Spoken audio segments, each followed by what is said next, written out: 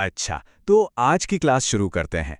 आज हम एक ऐसे टॉपिक पर बात करेंगे जो थोड़ा हटके हैं लेकिन बहुत जरूरी है। ये है चार्वाक दर्शन, एक ऐसा प्राचीन भारतीय विचार जो हर सुनी सुनाई बात पर सवाल उठाता है। सोचिए, ये आपके एग्जाम की तैयारी के लिए क्रैश कोर्स जैसा है। तो चलिए सीधे मुद्दे पर आते हैं। एक बहुत ही बुनियादी सवाल है, हम कैसे जानते हैं कि जो हम जानते हैं वो सच है? ये एक ऐसा सवाल है जिसने हजारों सालों से बड़े बड़े दार्शनिकों के सिर घुमा दिए हैं, लेकिन चार्वाक के पास इसका, कह सकते हैं, एक बहुत ही सीधा और सपाट जवाब था।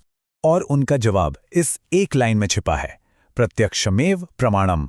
इसका सीधा सा मतलब है कि असली ज्ञान या प्रमाण सिर्फ वही है जिसे हम सीधे अपनी इंद्रियों से अनुभव कर सकते हैं, जिसे हम अपनी आंखों से देख सकें, कानों से सुन सकें, छू सकें।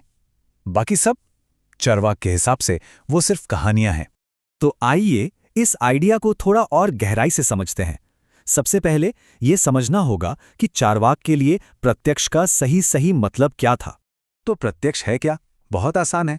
सोचिए, जब हम एक सेब खाते हैं तो हम उसे देखते हैं, उसकी खुशबू महसूस करते हैं, उसका स्वाद लेते हैं और उसे छूते हैं। ये जो सीधा अनुभव है, यही प्रत्यक्ष ज्ञान है। इसमें कोई बीच का आदमी नहीं, कोई मिलावट नहीं, एकदम डायरेक्ट।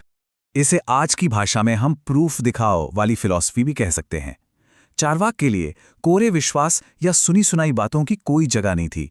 उन्हें चाहिए था ठोस सबूत, ऐसा सबूत जो हमारी 5 इंद्रियों से होकर गुजरे। अच्छा, तो अगर चार्वाक सिर्फ प्रत्यक्ष को ही मानते हैं तो वो किस चीज को नहीं मानते?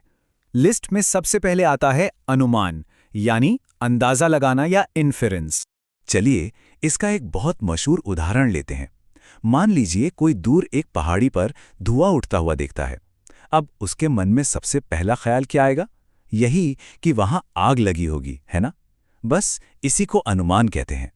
लेकिन चार्वाक यहीं पर ब्रेक लगा देते। वो पूछते, एक मिनट रुको, क्या हम 100% गारंटी से कह सकते हैं कि जहां धुआं है वहां आग ही होगी?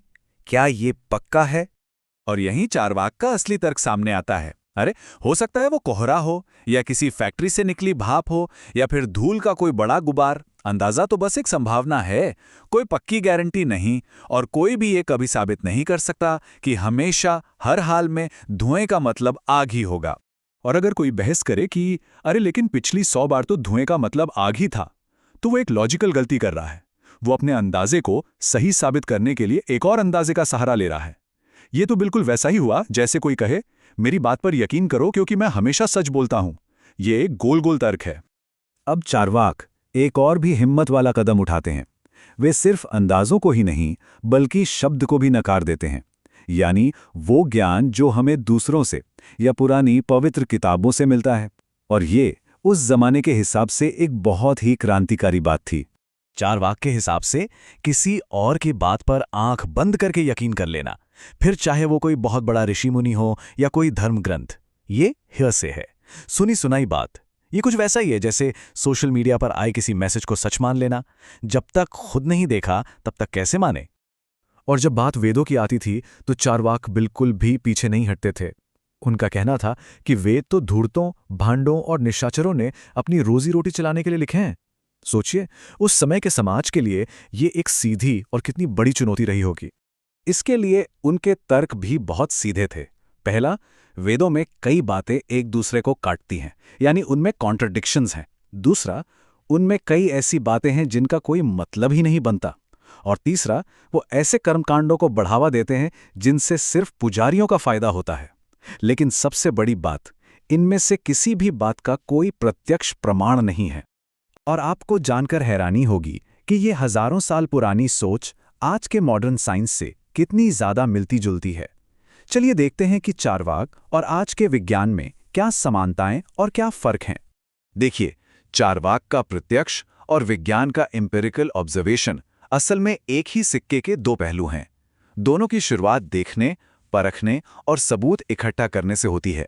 फर्क सिर्फ इतना है कि विज्ञान के लिए ऑब्जर्वेशन एक शुरुआती बिंदु है जिसके आधार पर वो आगे थ्योरी और अनुमान बनाता है, जबकि चार्वाक के लिए जो दिख गया बस वही अंतिम सत्य है। लेकिन क्या सिर्फ देखकर ही दुनिया का हर काम चल सकता है? इस पर बहुत से सवाल उठते हैं और उठने भी चाहिए।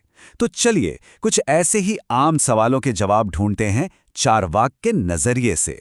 ये सबसे पहला और सबसे जरूरी सवाल है। अगर हम अंदाजा लगाना पूरी तरह छोड़ दें तो रोजमर्रा की जिंदगी कैसे चलेगी? सड़क कैसे पार करेंगे? क्या हम हर बार ये पक्का होने का इंतजार करेंगे कि सामने वाली गाड़ी 100% रुकेगी ही? नहीं ना। यहां चार्वाक का जवाब काफी दिलचस्प है। वो कहते हैं कि रोजमर्रा के काम चलाने के लिए अंदाजे का इस्तेमाल करो, कोई मनाही नहीं है, लेकिन उसे कभी भी 100% सच या परम ज्ञान मत मान बैठो। अंदाजा बस एक टूल है काम चलाने के लिए, उसे भगवान का दर्जा मत दो। और फिर आता है वो सबसे बड़ा सवाल, अगर भगवान नहीं, आत्मा नहीं, स्वर्ग नर्क नहीं, तो फिर इस जिंदगी का मतलब क्या है? क्या ये सब कुछ अर्थहीन नहीं हो जाता? चार्वाक कहते हैं, अरे जिंदगी का मतलब खोजने के लिए कहीं दूर जाने की जरूरत ही नहीं है। मतलब यहीं है, इसी पल में जिसे हम जी रहे हैं, हमारी खुशियों में, हमारे दुखों में, हमारे अनुभवों में। मतलब आसमान की कहानियों में नहीं, बल्कि इसी जमीन की हकीकत में है। तो अगर इस पूरे चैप्टर से सिर्फ एक बात याद रखनी हो तो वो क्या होगी? वो होगी ये संख्या 1। चार्वाक के लिए ज्ञान तक पहुंचने का सिर्फ और सिर्फ एक ही पक्का रास्ता है, वो है प्रत्यक्ष अनुभव। इसके अलावा बाकी सब कुछ अगर अच्छे से अच्छा भी हुआ तो वो बस एक काम चला हुआ अंदाजा है, और अगर बुरा हुआ तो वो एक सोचा समझा धोखा भी हो सकता है। तो आज की चर्चा हम इसी सवाल के साथ खत्म करते हैं।